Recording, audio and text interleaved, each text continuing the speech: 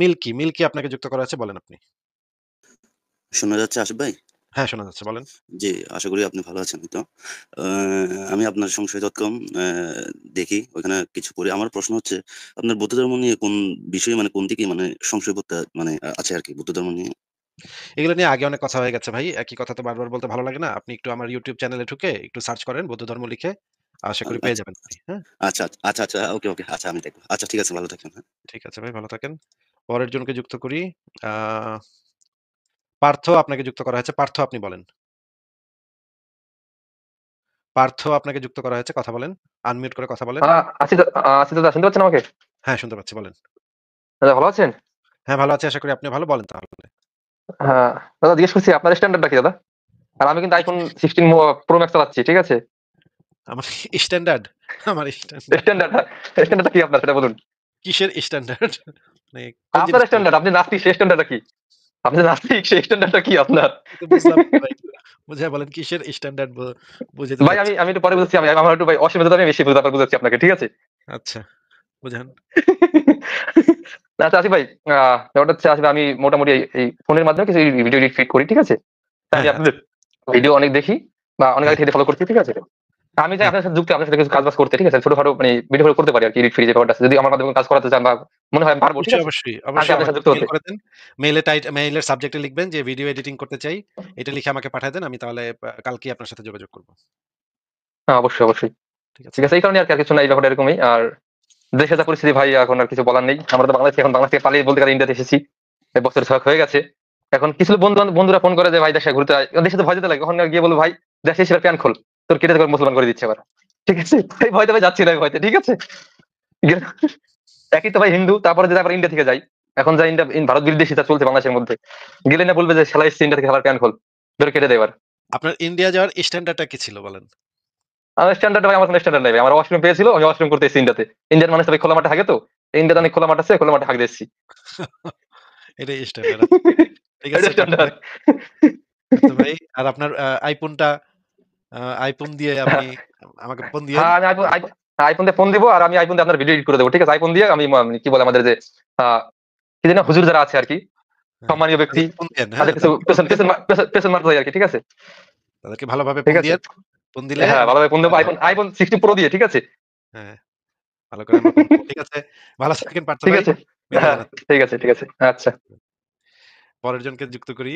আ www.com আপনাকে যুক্ত করা আছে। বলেন আপনি। হ্যালো আসিফ ভাই, ভালো আছেন? হ্যাঁ, ভালো আছি। আশা করি আপনিও ভালো। বলেন তাহলে। আমি প্রায় ৭-৮ মাস আগে মানে একবার যুক্ত হয়েছি। তো আমি বাংলাদেশে থাকি। তো আমি একজন হিন্দু ধর্মের। তো কথা হলো যে হুজুর, আমরা যে আমি হিন্দু ধর্মে, ঠিক আছে? তো আমাদের হিন্দু ধর্মের যত মানে অযৌক্তিক কথা বা নানা ধরনের কতগুলো অযৌক্তিক যে চিন্তা ভাবনা আছে, এগুলো আমি সবগুলোই মানে মানি না। আচ্ছা, মানে ভালো। যেমন এই যে হনুমানে সূর্য কি করছে, এগুলো যদি কেউ মুসলিম বলে, আমি কিছু মানে করি না, মনের মধ্যে কোনো করি না, যেগুলো সত্যি। তো কেমনে সম্ভব একটা হনুমানে সূর্য করতে পারে? এটা তো একটা হয়ে গেল না? তো হুম, মানে কয়েকদিন আগে একটা প্রশ্ন হয়েছিল, মানে আমার বন্ধু হবে, তো হলো ইসলাম ধর্মের। তখন ঠিক আছে, আমি সবকিছু মানিয়ে নিছি, সমস্যা কি? মানে এগুলো যত অযৌক্তিক কিছু বিষয় আছে, এগুলো মানলে তো কোনো সমস্যা না। আমরা তো কাউকে বলি না যে আমার ধর্মের আঘাত করছে। এখন কথা হইলো, ওদের বিষয়ে যখন বলি, তখন বলি না, ধর্ম নিয়ে কোনো আলোচনা করা যাবে না। মানে এমন একটা। তারপরে কয়েকদিন আগে সন্ধ্যা ৭টা, ৭:৩০ দিকে বাইরেছে, মানে 3/4 প্যান্ট পরে, মানে হাঁটু নিচে একটু আছে। একজন বলে উঠলো কি, রমজান মাসে এই হাফ প্যান্ট পরে ঘুরো, ঠ্যাং কাটে নেবো। মানে কি একটা অবস্থা রে ভাই! হুম। এবং এখন তো মানুষজনকে মারধরও করা হচ্ছে। রমজান মাসে মানে দোকানপাটে গিয়ে মারধরও করা হচ্ছে লোকজনদেরকে। যেটা আমরা দেখেছি। এটা অবশ্য অনেক আগে থেকেই হয়ে আসছে। আমরা ছোটবেলা থেকে দেখেছি যে এলাকায় যখন হিন্দুদের দোকান-টোকান ভাঙচুর করা হয়, এটা আমি অনেক আগে, অনেক বছর আগে থেকে দেখে আসছি। সিলেটে বিশেষ করে সিলেটে গিয়েছিলাম যখন, তখন দেখেছি যে এটা খুবই মানে মারাত্মক পর্যায়ে ছিল। ঠিক আছে, WWW ভাই, আপনাকে আজকে তাহলে আমরা বিদায় জানাই। আচ্ছা ঠিক আছে। আমি লাইভ দেখি আপনার। আচ্ছা, ভালো লাগলো কথা বলে। তাহলে বিদায় জানাচ্ছি। আবারও কথা হবে নিশ্চয়ই ভবিষ্যতে। পরের জনকে যুক্ত করি শাহিন। শাহিন আপনাকে যুক্ত করা আছে, বলেন আপনি। ভালো আছেন ভাই? হ্যাঁ, ভালো আছি। আশা করি আপনিও ভালো। বলেন তাহলে। হ্যাঁ, আমিও ভালো আছি। আসলে আমি একটা বিষয় জানতে চাই আপনার কাছে যে, মানে আমি বিজ্ঞান বিশ্বাস করি এবং যে বিজ্ঞানে তো কেউ ভাই, সরি ভাই, বিজ্ঞানে তো কারোর বিশ্বাস করার কোনো স্কোপ নাই। বিজ্ঞানে তো বিশ্বাস করার মতো কোনো অপশনই নাই। বিজ্ঞান কখনো বিশ্বাসের উপর নির্ভরশীলই না। ভাই আপনি যে ঢুকে শুরুতেই যে কথাটা বললেন, খুবই ভুল একটা কথা বললেন। না, না, বিশ্বাস না। শব্দটার আমি বিশ্বাস শব্দটার মানে হচ্ছে, ভাই একটু কথা শুনে নেন। জি বলুন, বিশ্বাস জি শব্দটার বলুন। মানে হচ্ছে প্রমাণ ছাড়া, যুক্তি প্রমাণ ছাড়া কোনো কিছুকে মেনে নেয়া। বিলিভ, ইংরেজিতে বিলিভ শব্দটার অর্থ হচ্ছে কোনো যুক্তি প্রমাণ ছাড়া কোনো কিছুকে অ্যাকসেপ্ট করা। আর যখন জিনিসটা সম্পর্কে আপনার কাছে যুক্তি প্রমাণ এসে পড়বে, তখন সেটা আপনার জ্ঞানে পরিণত হবে। জ্ঞানের সংজ্ঞা হচ্ছে যেটার পেছনে যুক্তি প্রমাণ আছে, সেটাকে বলা হয় জ্ঞান।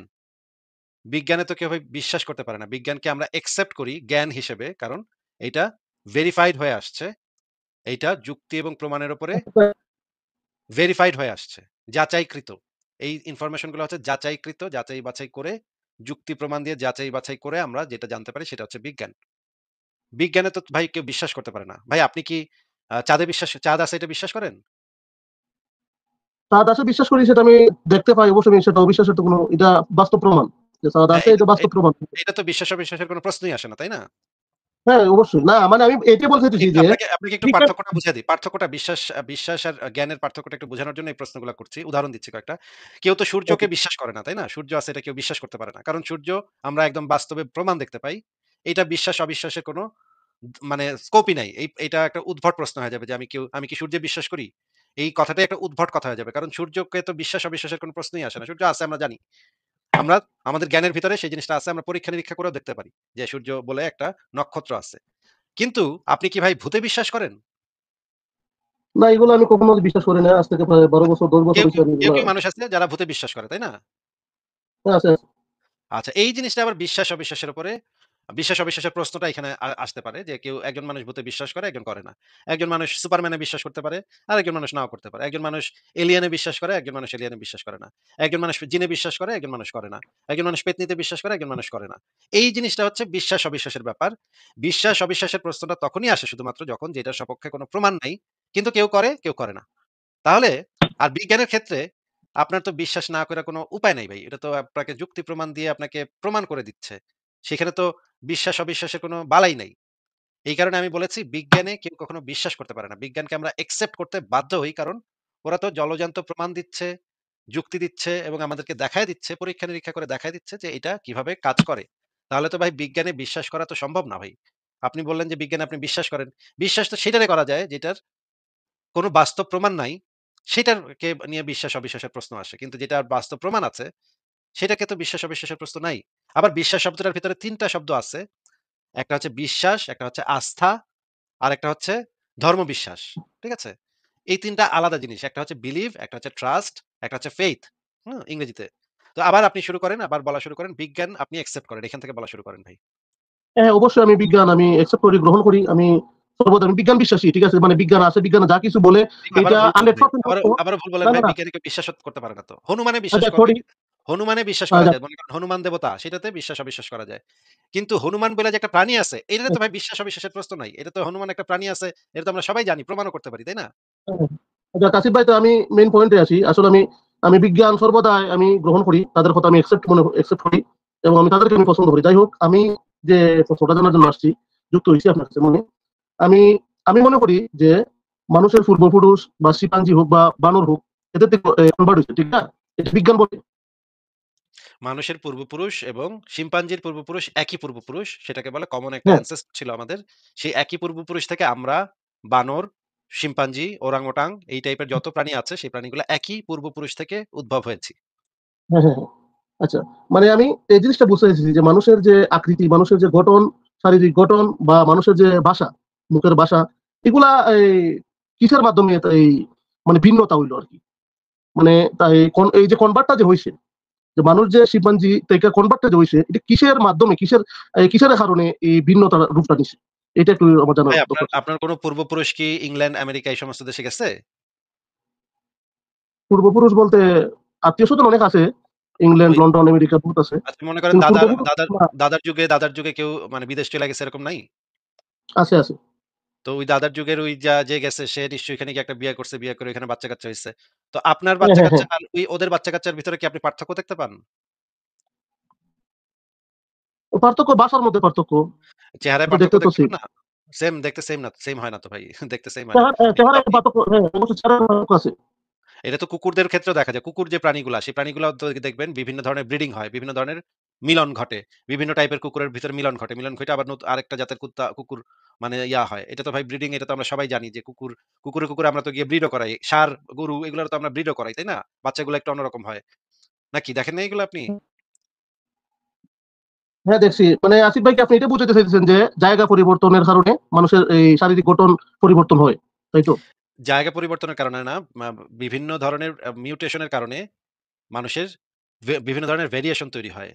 মানুষের মানে ডিএনএ এর ভিতরে নানা ধরনের ভেরিয়েশন তৈরি হয়। সেগুলো আরেকটা মানে একটু দূর সম্পর্কের বা একটু দূরের কোনো মেয়ের সাথে যদি আপনার মানে পরিবার গঠন হয়, সেখান থেকে যে বাচ্চারা হবে, সেই বাচ্চারা হবে কিছু তার মায়ের ডিএনএ, কিছু তার বাবার ডিএনএ থেকে সেই নতুন ভেরিয়েশন তৈরি হবে। আবার আপনার ভাই হয়তো বিয়ে করছে আরেক অঞ্চলের মেয়েকে। তাদের বাচ্চারা আবার আরেকটু অন্যরকম হবে। এইভাবে বিভিন্ন অঞ্চলে এই ধরনের যে মিশ্রণগুলা হয়, সেই মিশ্রণগুলাতে মানুষের চেহারা, মানুষের উচ্চতা, মানুষের গায়ের রং, মানুষের চুলের রং, মানুষের বিভিন্ন ধরনের জিনিসপত্র, বিভিন্ন রোগ-শোক এগুলা বিভিন্ন জিনিস পরিবর্তন হতে থাকে। প্রতিনিয়ত এগুলা পরিবর্তন হতে থাকে। যখনই ব্রিডিং হচ্ছে, যখনই ক্রস ব্রিডিং হচ্ছে, বিভিন্ন ধরনের নারী-পুরুষের যখন এই মিলনটা ঘটতেছে, তখনই নতুন ধরনের ভ্যারাইটি তৈরি হয়। এই যে এই মিউটেশন এই কারণে এটার অনেকগুলা কারণ আছে। এটা হচ্ছে একটা কারণ। এখন আপনি যদি এই জিনিসগুলো আরো ভালোভাবে পড়তে চান তাহলে বিবর্তন তত্ত্ব সম্পর্কে পড়তে পারেন। এই যে আমাদের সাথে বোধহয় আ অমিত ভাই চলে আসছে। অমিত ভাই আরো ভালোভাবে বুঝাতে পারবে আপনাকে। অমিত ভাই কেমন আছেন? কি অবস্থা? ঠিক আছে ভাই, মাছটা ঠিক, হ্যাঁ সরি, আমি আসলে আপনার জন্যই ওয়েট করছিলাম, আপনার মাছটা ঠিক করার জন্যই ওয়েট করছিলাম। হ্যাঁ। আসিফ ভাই ভালো আছি, আপনি কেমন আছেন? এই তো ভাই ভালো আছে। অমিত ভাই আমাদের সাথে একজন দর্শক আছেন। উনি প্রশ্ন করেছেন যে বিভিন্ন ধরনের মানুষ যে আফ্রিকার মানুষের গায়ের চামড়া একরকম, ইউরোপের মানুষের গায়ের চামড়া একরকম, বাংলাদেশে একরকম বা আমাদের আদিবাসীদের মানুষের গায়ের গঠন একরকম। এই এত ভেরিয়েশন কিভাবে হইলো এই বিষয়ে যদি আপনি আ কিছু বলতেন। না, আসিফ ভাই, নিশ্চয়ই আছে। আসিফ ভাই, আমি আপনারে আমি এটা বলি না, আমি বলছি যে এই মানুষ, এই যে শিম্পাঞ্জি এবং বানর থেকে যে কনভার্টটা হইছে, এটার কিসের কারণে আ না, কনভার্টটা না, হইলো না, বা এটা মানুষ এটা আসে তো সেটা এটা বলেন। তো ভাই শিম্পাঞ্জি থেকে মানুষ কনভার্ট হইছে, এটা তো আপনি পাইছেন কোথায়? এরকম কথা তো কেউ বলে নাই কখনো ভাই। এগুলো তো হুজুররা বলে। হ্যাঁ? অমিত ভাই মানুষ কি শিম্পাঞ্জি থেকে কনভার্ট হয়ে মানুষ হইছে এরকম কথা কি কোনো বিজ্ঞানী বলছে ভাই এখন পর্যন্ত? না, এরকম কোনো ক্লেম আজ পর্যন্ত কেউ করেনি, বা অন্ততপক্ষে এরকম মানে হয়তো এরকম ধারণা ছিল যেটা ডারউইনের আগে, তার আগেও তো আমরা একটা গ্র্যাজুয়াল চেঞ্জ আমরা দেখতাম। মানে এরকম নয় যে ডারউইনই প্রথমেই এইটা কনসিভ করেছিল ব্যাপারটা। তার আগে ল্যামার্ক ওই ঘটনাগুলো বলার চেষ্টা করেছিলেন। কিন্তু ডারউইন যেভাবে ব্যাখ্যা করেছেন সেই ডারউইনিয়ান ইভলিউশন, সেইখানে কিন্তু এরকম কোনো কথা বলে না। অনেক সময় যেটা ল্যামার্কের সময় এই ধরনের মনে করা হতো হয়তো যে একটা প্রজাতি সে হয়তো অন্য একটা প্রজাতিতে সে বিবর্তিত হয়, বা এরকম মনে করা হতো যে এই যে একটা ইভলিউশন, একটা চেঞ্জ দেখছি আমরা প্রকৃতিতে, সেটা হয়তো একটা ডেস্টিনেশন আছে, একটা গোল আছে, একটা উদ্দেশ্য আছে। এবং দেখবেন অনেক সময় হিন্দু ধর্মেও অনেকে ক্লেম করে যে সেখানে ইভলিউশনের কথা ব্যাখ্যা করা আছে। সত্যি কথা বলতে কি একেবারেই ব্যাখ্যা করেনি, সেটা রীতিমতো অপব্যাখ্যা বলা যেতে পারে। কিন্তু সেখানে তারা একটা জিনিস রেকগনাইজ করে, সেটা হচ্ছে যে আমরা প্রজাতির মধ্যে এই সারা পৃথিবীতে যত আমরা জীব বৈচিত্র্য দেখি, সেখানে একটা সিম্পল অর্গানিজম থেকে ধীরে ধীরে যে কমপ্লেক্সিটিটা বাড়ছে, সেই কমপ্লেক্স অর্গানিজমের মানে একটা একটা কি বলে পরিবর্তন, মানে একটা তার মধ্যে একটা গ্রাজুয়াল পরিবর্তন আমরা দেখতে পাই। সেটা আপনি এটা বলেছেন, আসিফ ভাই একদম ঠিক বলেছেন। এরকম কেউ মানে ইভলিউশনারি বায়োলজিস্ট তারা কেউ এরকম দাবি করে না যে শিম্পাঞ্জি বা বনবো এরা ধীরে ধীরে বিবর্তিত হয়ে মানুষ হয়েছে, এরকম একেবারেই না। বরং দাবিটা এটা যে শিম্পাঞ্জি, বনবো এবং মানুষের, এদের একটা কমন অ্যানসেস্টর ছিল বা সাধারণ পূর্বপুরুষ ছিল। বলতে পারেন এরা একই পরিবারের সন্তান, মানে বলতে পারেন এরা আমাদের কাজিন। মানে ধরুন যেমন রাইট নাও এরকম হতেই পারে যে আপনার great great great great great great grandfather, বা ধরুন হচ্ছে আপনার 500 জেনারেশন আগে যিনি ছিলেন, তার হয়তো 5-10টা ছেলেপুলে ছিল। এবার সেখান থেকে ওই যে ব্রাঞ্চগুলো, বিভিন্ন জনের যে ব্রাঞ্চগুলো, সেগুলো আলাদা আলাদা হয়ে গেছে। এরকম তো নয় যে এখন এখন আপনি হয়তো গেলে সেই ওই যে একজন কমন অ্যানসেস্টর ছিল, আপনাদের যে একজন সাধারণ পূর্বপুরুষ ছিল, তার যে 5টা ছেলে ছিল, তাদের যে বংশোদ্ভূত সন্তান, তাদের আলাদা আলাদা পরিবার, তাদেরকে হয়তো আপনি খুঁজে পাবেন হয়তো। কেউ হয়তো সেই ইয়েগুলো বংশগুলো হয়তো বিলীন হয়ে গেছে, সেগুলো প্রোগ্রেস করতে পারেনি। কিন্তু কেউ আছে। কিন্তু তার মানে এরকম তো নয় যে ওই যে আপনাদের ফোর ফাদার ছিল, সেই ফোর ফাদার ধীরে ধীরে এসে আপনি হয়েছেন, এরকম তো নয়। তা ব্যাপারটা হচ্ছে যেটা, সেটা হচ্ছে কমন অ্যানসেস্টর ছিল, যেটা আমরা বলি কমন অ্যানসেস্টর বা একটা সাধারণ পূর্বপুরুষ ছিল। সেইখান থেকে তা এই যে প্রজাতিগুলো সেগুলো আলাদা হয়েছে এবং তারা নিজেদের মতো করে আলাদা আলাদাভাবে বিবর্তিত হয়েছে। তাদের বিভিন্ন রকম শাখা-প্রশাখা তৈরি হয়েছে এবং সেইজন্য আমরা এখন অনেকদিন পরে আমরা যখন দেখি তাদের মধ্যে সামঞ্জস্য দেখলে আপাতদৃষ্টিতে খুব বেশি সামঞ্জস্য দেখা যায় না। তবে একটা মজার জিনিস শুনলাম আসিফ ভাই, এটা আপনি জানেন কিনা জানি না। তো আমি জানতাম না।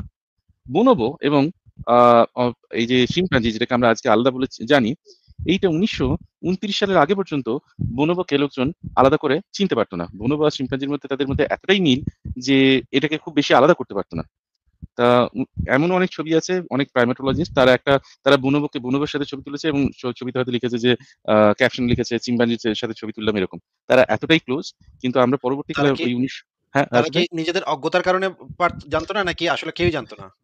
সত্যি কথা বলতে কি এরা এতটাই ক্লোজ, এরা এতটাই একই রকম দেখতে যে আপনি খুব ভালো করে লক্ষ্য না করলে একটা সায়েন্টিফিক্যালি তাদেরকে পর্যালোচনা না করলে অ্যানাটমিক্যাল যে ডিফারেন্স গুলো সেইগুলো পর্যালোচনা না করলে আপাতদৃষ্টিতে বুঝতে পারা কিন্তু সত্যিই কঠিন।